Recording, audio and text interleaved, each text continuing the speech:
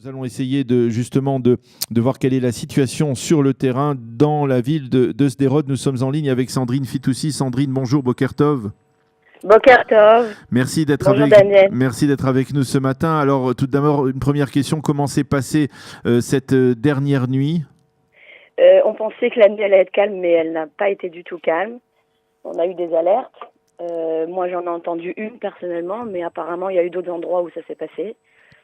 Voilà. Alors, racontez-nous un peu ce Shabbat tout à fait particulier, des dizaines de roquettes qui se sont abattues dans le pourtour de la bande de Gaza, et certaines de ces roquettes qui ont touché donc la ville de Sderot, qui ont frappé une maison en particulier et une cour d'une synagogue. Expliquez-nous un peu comment s'est passé ce Shabbat pour vous.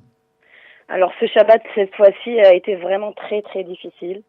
Depuis 1h du matin, vendredi soir, jusqu'à hier soir, Motzei Shabbat, tout simplement non-stop. C'est-à-dire qu'on a vécu un temps de guerre, en fait. Les enfants sont complètement apeurés. On a du mal à revenir à la réalité qui nous demande aujourd'hui d'aller chacun dans nos endroits respectifs. C'est vraiment, vraiment très difficile. Les booms ont été de notre côté aussi. On a entendu la représaille de Tzahal, qui est très, très, très, très délicate pour des enfants à entendre. C'est vraiment des bruits intensifs comme ça. Ça veut dire, voilà. On peut dire que vous n'avez pas du tout dormi pendant la nuit de vendredi à Shabbat, de vendredi soir. Oui, on peut vraiment dire. On n'a pas du tout dormi et les enfants, on a dû même changer. Personnellement, on a même changé. Maintenant, on a mis les enfants dans l'abri.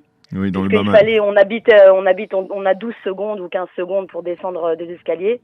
On habite dans un cottage, donc c'est impossible de descendre avec 5 petits enfants en bas âge dans le mamad. Donc on les a mis dans l'abri.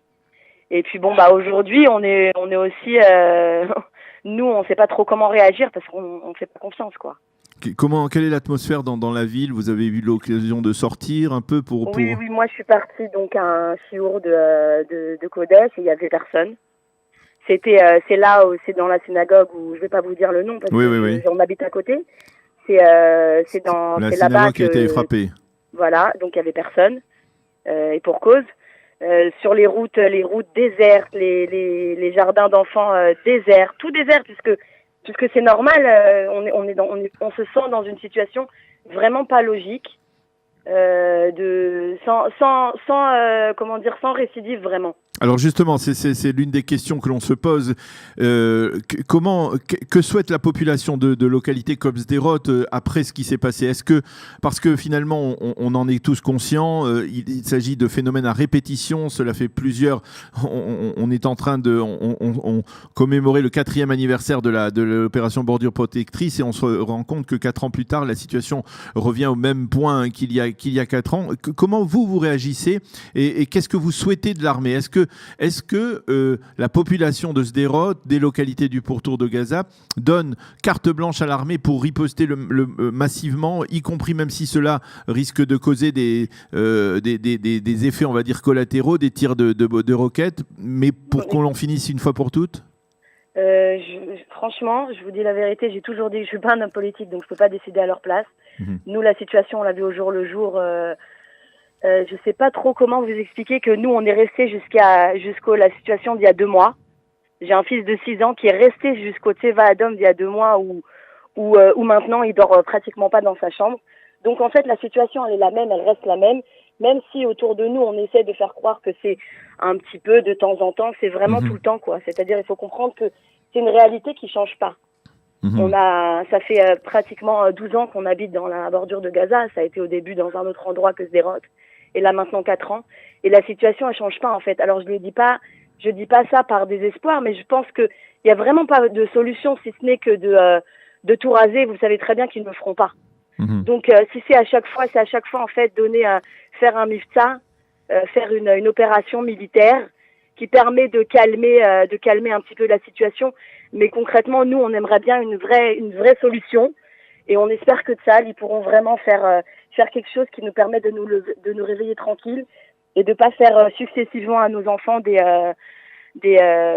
tipoulim chez les psychologues et chez et chez les, je sais pas comment on dit en français, excusez-moi, Tipoul Rikchi, parce que c'est ça qu'on fait au jour le jour. Parce que c'est ça, et parce parents... qu'on a l'impression, Sandrine, oui. quand on est vu de Jérusalem ou de Tel Aviv, on a l'impression finalement que cela ne touche la population de Gaza, la population de Sderot et du pourtour de la bande de Gaza, que lorsqu'il y a des roquettes qui tirent. Mais finalement, vous vivez toujours, on peut dire, presque en permanence dans une forme de psychose concernant ces... Exact.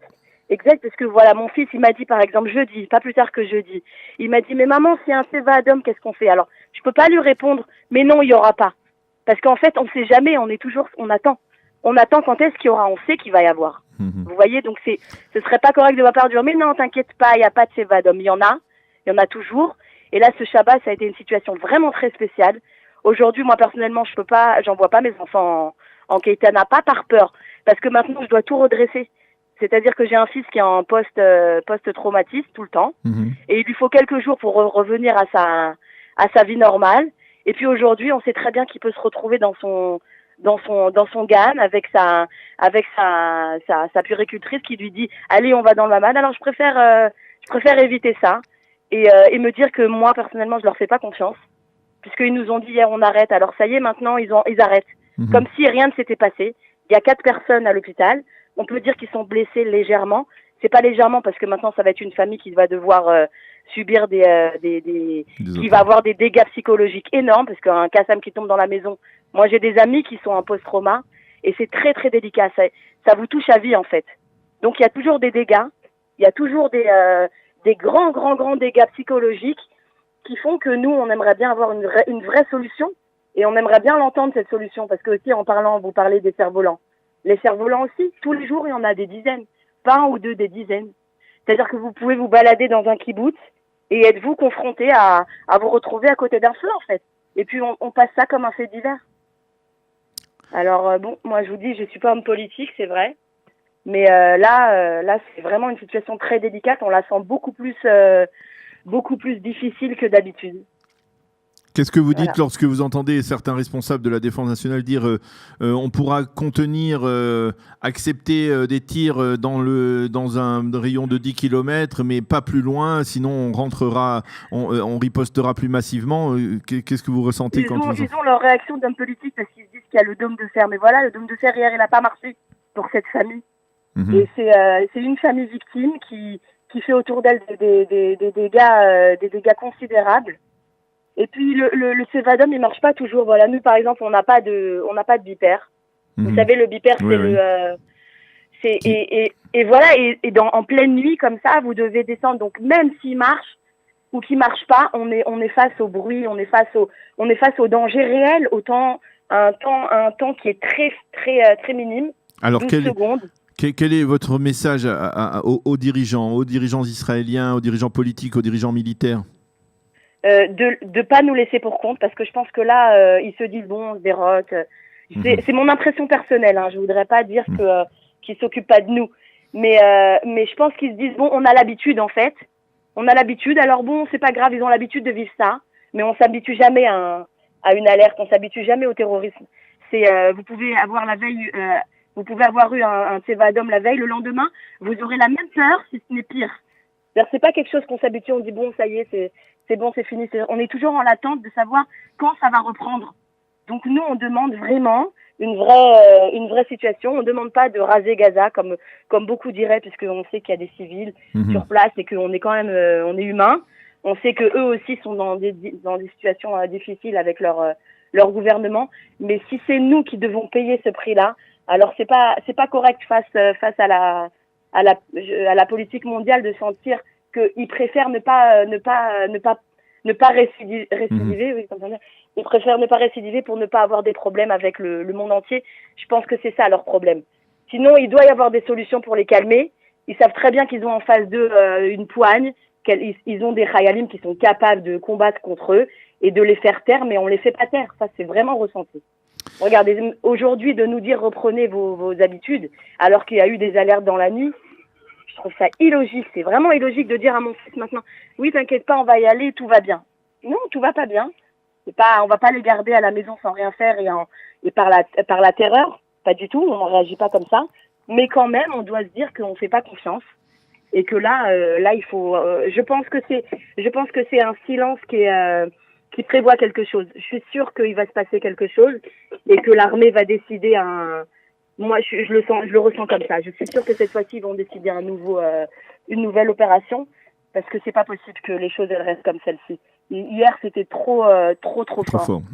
Vraiment. Merci beaucoup Sandrine Fitossi d'avoir accepté de témoigner sur cette situation pas facile dans la ville de Sderot, et merci, on vous souhaite beaucoup de courage et soyez forte dans cette épreuve, vous et les habitants de la localité de Sderot et du pourtour de la bande de Gaza. Merci d'avoir été avec nous ce matin.